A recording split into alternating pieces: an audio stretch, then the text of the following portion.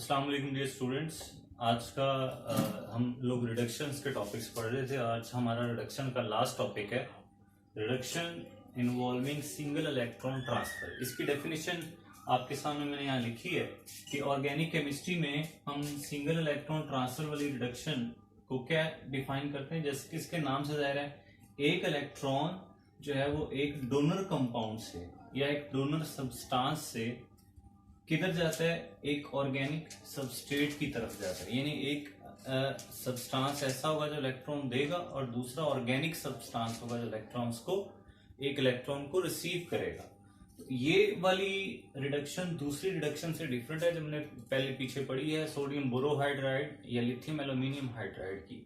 वो किस तरह कि उनमें हाइड्राइड ट्रांसफर होता है। हाइड्राइड क्या होता है, हाइड्रोजन के पास एक इलेक्ट्रॉन ऑलरेडी होता है, एक इलेक्ट्रॉन उसने रिसीव किया होता है। इट मींस हाइड्राइड के पास 2 इलेक्ट्रॉन्स होते हैं। तो इस सेंस में वो 2 इलेक्ट्रॉन ट्रांसफर वाली रिडक्शन है और ये वाली रिडक्शन 1 इलेक्ट्रॉन ट्रांसफर वाली रिडक्शन होती है। इस रिडक्शन में जो सबसे पहला इंटरमीडिएट बनता है, इंटरमीडिएट कहते हैं कि रिएक्टेंट्स और प्रोडक्ट्स के बीच में आने वाली किसी स्टेज को हम इंटरमीडिएट कहते हैं। तो इंटरमीडिएट जो सबसे पहला बनता है इस 1 इलेक्ट्रॉन रिडक्शन में, जो इंटरमीडिएट हमारे पास बनता है, ये अक्सर आमतौर पर होता है रेडिकल एनायन। यानी इसके ऊपर नेगेटिव चार्ज भी होता है और फ्री रेडिकल भी होता है। इलेक्ट्रॉन्स की तादाद ऑड भी होती है और which takes part in secondary reaction. उसके बाद आगे फिर मजीद रिएक्शंस जो हैं वो वकूफ पजीर होते हैं। यानी फर्स्ट ऑफ ऑल क्या बनेगा, एक रेडिकल एनायन बनेगा जिसके ऊपर नेगेटिव चार्ज होगा और फ्री रेडिकल भी होगा। उसके बाद आगे मजीद रिएक्शंस होंगे तो प्रोडक्ट्स में रिएक्टेंट चेंज हो जाएगा। मिसाल के तौर पर इसकी सबसे पहली एग्जांपल है बिर्च रिडक्शन। ये आप लोगों ने पहले पढ़ी हुई है 9th में, एरोमेटिक कंपाउंड्स के चैप्टर में। सो इट्स नॉट न्यू, नई चीज नहीं है। तो इसमें आप देखें आमतौर पे 2 स्टेप्स इसमें मेजर तौर पे इन्वॉल्व है। मेटल यूज होती है, वो सोर्स ऑफ इलेक्ट्रॉन के तौर पे यूज होती है, यानी इलेक्ट्रॉन डोनर के तौर पे। और एथेनॉल जो है सॉल्वेंट, ये किस काम के लिए यूज होता है, सोर्स ऑफ प्रोटॉन यानी हाइड्रोजन आयन का सोर्स के तौर पे इस्तेमाल होता है। मेटल इलेक्ट्रॉन देगी और एथेनॉल हाइड्रोजन आयन देगा। इस तरह हाइड्रोजन आयन में इलेक्ट्रॉन ऐड होगा तो वो पूरा हाइड्रोजन एटम बन जाएगा। तो हाइड्रोजन एटम ऑर्गेनिक कंपाउंड में दाखिल हो जाएगा। इस अमल को कहते हैं रिडक्शन। मिसाल के तौर पर ये बेंजीन है। बेंजीन सोडियम की मौजूदगी में, सोडियम अब एक इलेक्ट्रॉन प्रोवाइड करेगा बेंजीन को। ये अब केयरफुली देखेंगे अगला इंटरमीडिएट कैसे बनाए। ये इस इंटरमीडिएट की बात हो रही है जो मैं आपको यहाँ पर बार बार कह रहा था, रेडिकल एनाइन। ये बनता कैसे, जरा चेक करें कि ये इलेक्ट्रॉन सपोज आप इसको कह लें, ये यहां से पाई बॉन्ड टूटता है और ये पाई बॉन्ड टूटता है। पाई बॉन्ड कैसे बना होता है, इलेक्ट्रॉन्स की शेयरिंग से। तो ये कार्बन और ये कार्बन अपना अपना इलेक्ट्रॉन लेकर यहां बॉन्ड बना लेते हैं। तो इस तरह यहां पर डबल बॉन्ड जो है वो बन जाता है। ये वाले दोनों बॉन्ड टूट जाते हैं। ये कार्बन का इलेक्ट्रॉन वापस इस पॉइंट पर चला जाता है, इस कार्बन का इलेक्ट्रॉन वापस इस पॉइंट पर चला जाता है। तो यहाँ एक एक इलेक्ट्रॉन मौजूद है, लेकिन ये जो नया इलेक्ट्रॉन आया है वो इस इलेक्ट्रॉन के साथ पेयर बना लेता है। तो यहाँ हम देखें 2 इलेक्ट्रॉन्स जो हैं वो मौजूद हैं और क्योंकि इलेक्ट्रॉन की एडिशन हुई है इसलिए इसके ऊपर ओवरऑल नेगेटिव चार्ज भी मौजूद है। आप नीचे चेक करें तो नीचे इस कार्बन का ये जो इलेक्ट्रॉन फ्री हो गया वो यहाँ पर आ जाएगा। तो यहाँ पर ये फ्री रेडिकल भी मौजूद होगा। तो ये वो इंटरमीडिएट है जिसकी मैं यहाँ पर बात कर रहा था। अब जो एथेनॉल है सॉल्वेंट C2H5OH, ये हाइड्रोजन प्रोवाइड करता है। ये वाला हाइड्रोजन आयन H पॉजिटिव, ये H पॉजिटिव इस सॉल्वेंट से आते हैं। ये H पॉजिटिव जो है वो यहां आकर अटैच हो जाता है क्योंकि इस कार्बन पर 2 इलेक्ट्रॉन्स हैं, साथ में नेगेटिव चार्ज, ये हाइड्रोजन पर अटैक करता है। इस तरह ये H यहां पर अटैच हो जाता है। ये वाले जो 2 H हैं, आपको पता है बेंजीन पे हर कार्बन के साथ एक एक H मौजूद होता है, तो इसलिए यहाँ पर इनको जस्ट शो किया गया है। बाकी भी कार्बन के साथ एक एक H जो है वो मौजूद होता है। सिमिलरली आगे भी ऐसा हुआ। फिर एक और सोडियम ने इलेक्ट्रॉन प्रोवाइड किया, तो ये जो नीचे फ्री रेडिकल था ये इलेक्ट्रॉन उसके साथ मिला, तो ये भी पेयरिंग हो गई। तो इसके ऊपर नेगेटिव चार्ज क्यों आ रहे हैं, इसमें इलेक्ट्रॉन एक्सेप्ट किया। अब ये नेगेटिव चार्ज अगेन एथेनॉल के हाइड्रोजन आयन पर अटैक करेगा।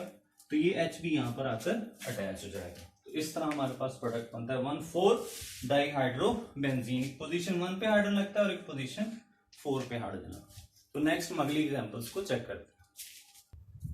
जी स्टूडेंट्स, अब हम नेक्स्ट एग्जांपल्स की तरफ आए हैं। नेक्स्ट एग्जांपल है हमारी reduction of an alkyne to alkyne.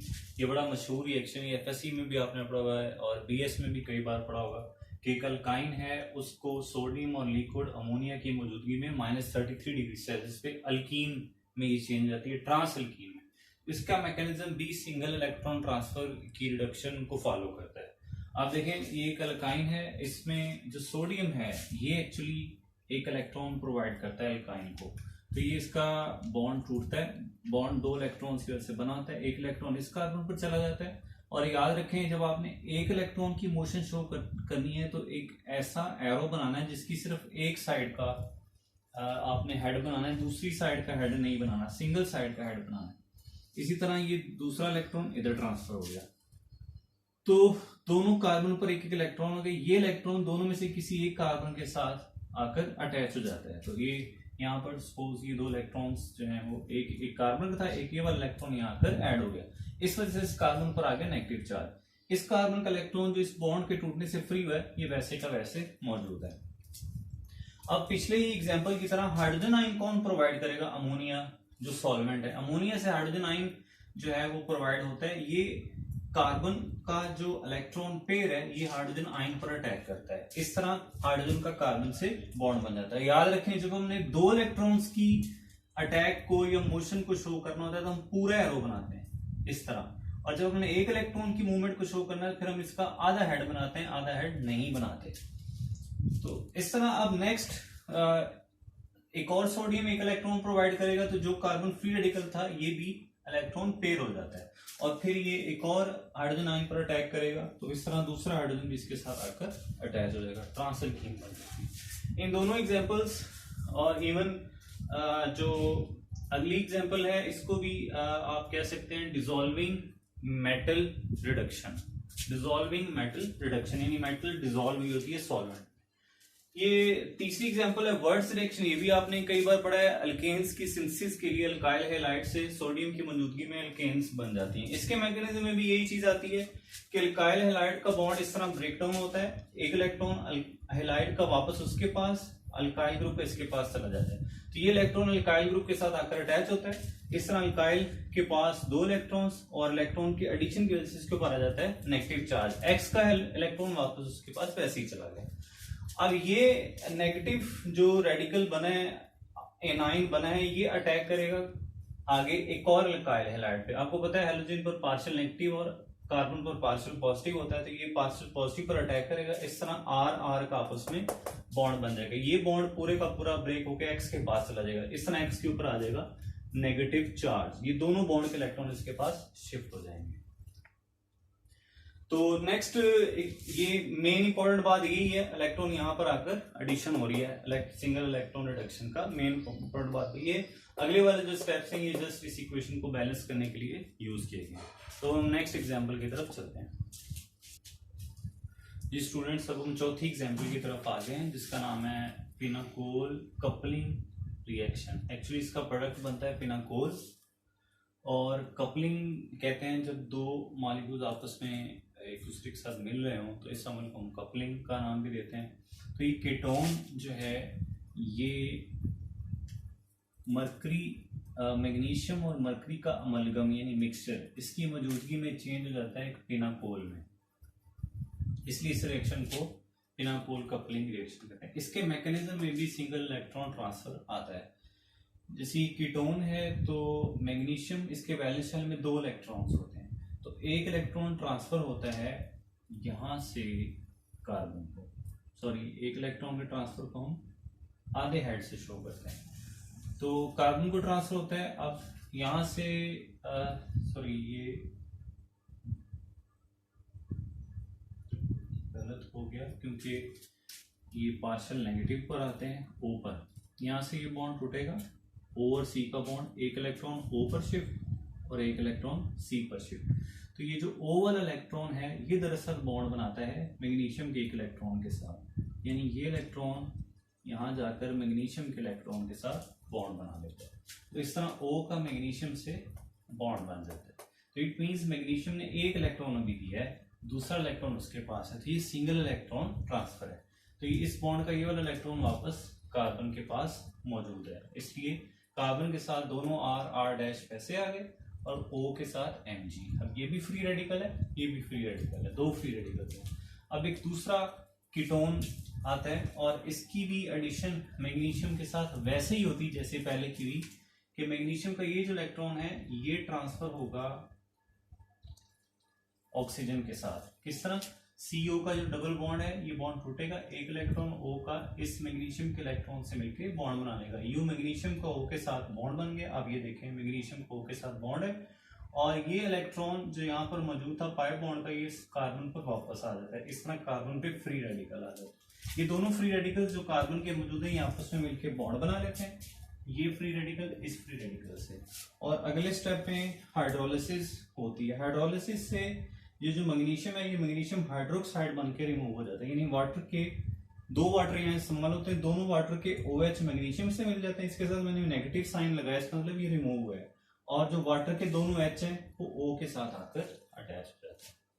पांचवा है हमारा सॉइल कंडेंसेशन। इसमें जो हमारा प्रोडक्ट है वो सॉइल बनता है, ACYLOIN। इसमें RC डबल बॉन्ड O ये सॉइल ग्रुप है और OH अल्कोहलिक ग्रुप है। तो ये एक्चुअली एस्टर से ये बनते हैं। Asters RC double bond O OCH3 ये सोडियम की मौजूदगी में और सॉइल प्रोडक्ट देते हैं। RC double bond O OH और R, यानी जो OCH3 है ये रिमूव हो जाता है और RC डबल बॉन्ड O ये दोनों एक दूसरे से मिलकर वो प्रोडक्ट दे देते हैं, OCH3 रिमूव हो जाता है। इसका मैकेनिज्म में भी आप स्टार्ट में देखें तो यही है कि दो सोडियम एक्चुअली दो इलेक्ट्रॉन प्रोवाइड करते हैं। दो एस्टर यहाँ पर काम करें तो एक एस्टर को एक इलेक्ट्रॉन प्रोवाइड होगा, बिल्कुल ऐसी जैसे पीछे हुआ मैग्नीशियम वाला। यहाँ से ये बॉन्ड टूटेगा, एक इलेक्ट्रॉन O पर एक इलेक्ट्रॉन C पर ट्रांसफर होगा, तो C का फ्री रेडिकल बन गया और O पर जो इलेक्ट्रॉन ट्रांसफर हो वो एक इलेक्ट्रॉन था, दूसरा इलेक्ट्रॉन यहाँ से आएगा, तो इस तरह O पर दो इलेक्ट्रॉन जो है वो मौजूद होंगे। इस तरह दूसरा मॉलिक्यूल भी होगा, उस पर भी एक और इलेक्ट्रॉन आएगा, तो ये दो मॉलिक्यूल्स पर दो इलेक्ट्रॉन जो हैं वो ट्रांसफर हो जाते हैं। एक मॉलिक्यूल के O पर और दूसरा दूसरे मॉलिक्यूल के O पर शिफ्ट होता है। फिर ये दोनों फ्री रेडिकल आपस में मिलते हैं तो इनका बॉन्ड बन जाता है और अगले स्टेप में ये OCH3 रिमूव होता है और ये जो दोनों इलेक्ट्रॉन्स हैं O के ये नीचे आते हैं। इस तरह डबल बॉन्ड O बन जाता है और OCH3 रिमूव हो जाता है। ये एक्चुअली अलग है, नीचे की तरफ हम जा रहे हैं। अब दो सोडियम मजीद आते हैं, वो दो इलेक्ट्रॉन मजीद प्रोवाइड करते हैं। फिर ऐसे ही होता है, कार्बन कार्बन फ्री रेडिकल बनते हैं और इस O को भी एक इलेक्ट्रॉन मिलता है और इस O को भी एक इलेक्ट्रॉन मिलता है। तो एक इलेक्ट्रॉन ये बॉन्ड टूटने से इसको मिला और एक एक इलेक्ट्रॉन यहाँ से ट्रांसफर हो। इस तरह हर O पर दो दो इलेक्ट्रॉन मौजूद है और कार्बन के फ्री रेडिकल मौजूद। अगले स्टेप में बेस की मौजूदगी में हाइड्रोलिसिस की भी होती है और हाइड्रोलिसिस से दोनों O के साथ एक एक H आ जाता है और कार्बन कार्बन का डबल बॉन्ड बनता है। सिंगल बॉन्ड पहले था और एक बॉन्ड इनकी वजह से बनेगा। तो लेकिन यहाँ पर डबल बॉन्ड मेंशन नहीं है दोनों कार्बन के बीच में, एक्चुअली इनकी होती है टाटोमरिज्म और टाटोमरिज्म से जो कीटोन है वो हाइड्रोक्सिल ग्रुप में चेंज हो जाता है। This is our lecture about the single electron transfer. Thank you for watching. Allah.